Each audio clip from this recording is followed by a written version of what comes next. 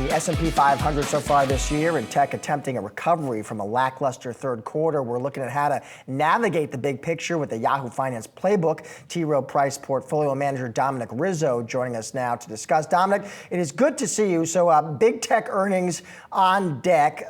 Different themes we'll be listening for, but one of them is surely going to be this theme, Dom, of AI monetization. It was a theme last earnings season. You heard, I think, some pushback from investors. Show me the money. Do you expect that to be another theme this earnings season, Dom? Well, first off, thanks for having me.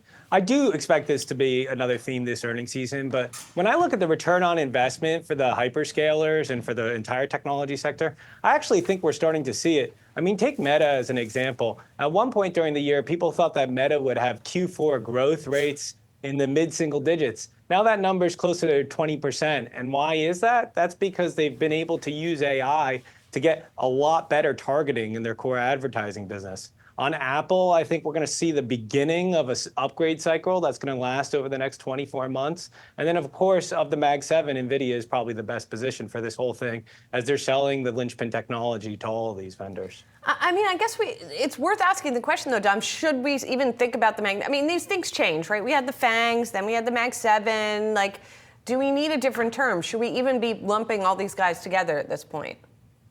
Well, like you said on the segment before, it's really been the Magnificent Two this year, and they all have really different business models, right? You know, some of them are much more internet focused, and obviously NVIDIA is more hardware and software focused. But I think the divergence that we've seen amongst the Magnificent Seven and between the Mag 7 and the S&P 493 is really quite natural. And why is that? Just look at the EPS growth rates, right? In 2024, the Magnificent Seven collectively are going to grow earnings roughly 40%.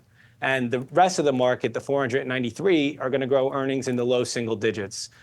Next year, though, we're going to see a convergence of those earnings estimates. Magnificent Seven are probably going to come down from 40% to high teens, and those S&P 493 are going to come from low single digits up to maybe low double digits, maybe 11, 12%. So it makes sense what the market's doing. But if you look at the Magnificent Seven over the long term, they've historically grown earnings at a 50 to 100% faster rate than the rest of the market. And I expect that to continue over the medium term, given how well most of them are positioned for AI. But today, they only trade at a 50% premium to the rest of the market. So if you look at them on a PEG basis, they're actually in line or cheaper. So I think they're okay over the medium term, but this divergence away from them makes sense given the EPS acceleration, deceleration dynamics we're seeing. Can I ask you, Dom, as this kind of mega AI trend plays out, is it the big companies that are best positioned to leverage and benefit from that? Or are there also, small, mid-sized companies in your coverage universe that you know so well that you think also are very well poised to ride that tailwind? Well, this is the main question. Is AI a sustaining innovation for the large companies and it makes their businesses better? Or is it a disruptive innovation? Or are we going to see a bunch of new small companies become a lot bigger over the next few years? For the most part, I'm in the camp that AI is a sustaining innovation, and the big get bigger and the big get better because of AI. And why is that? Who are the few companies that can actually afford the tens of billions, if not in the future, $100 billion numbers that we're talking in order to build out these large language models? It's really only these companies. And we're funding it with the cash flow of these companies that are the most profitable companies in history. So I expect this build out to continue. And if I look at the AI chip market, I think we have a very clear path from $45 billion last year to $400 billion by 2027. And the only way to afford all those chips is for the big companies to keep doing better.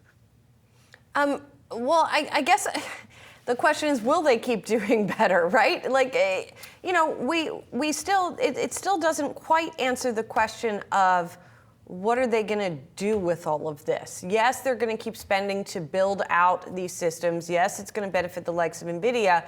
But at some point, if I'm buying all that compute, I got to make money from it. And so, I think we still don't have the clear line of sight to that, do we, Dom? We don't have a killer app yet, and if I knew what it was, I'd probably go join that startup very quickly, right? Because that company is going to be worth $1 trillion. But where will that killer app likely end up showing up? And I think it's likely in voice, right? I don't know if you've played with Google's recent Notebook LM, or OpenAI's O1 preview, or what Meta was talking about with Horizon. All of it is surrounding voice. And I think voice is really going to be the game-changing interface. And I think we're going to see some very cool applications come out in the next 6 to 12 months. In the short term, though, you have to remember, all of these companies or businesses are at risk for the very first time in history. We're seeing all of them starting to converge when it comes to competition. And that results in a prisoner's dilemma where they really have no choice but to go spend on those GPUs. Dom, always great to see you and have you on the show. Thanks for joining us. Thanks for having me, guys.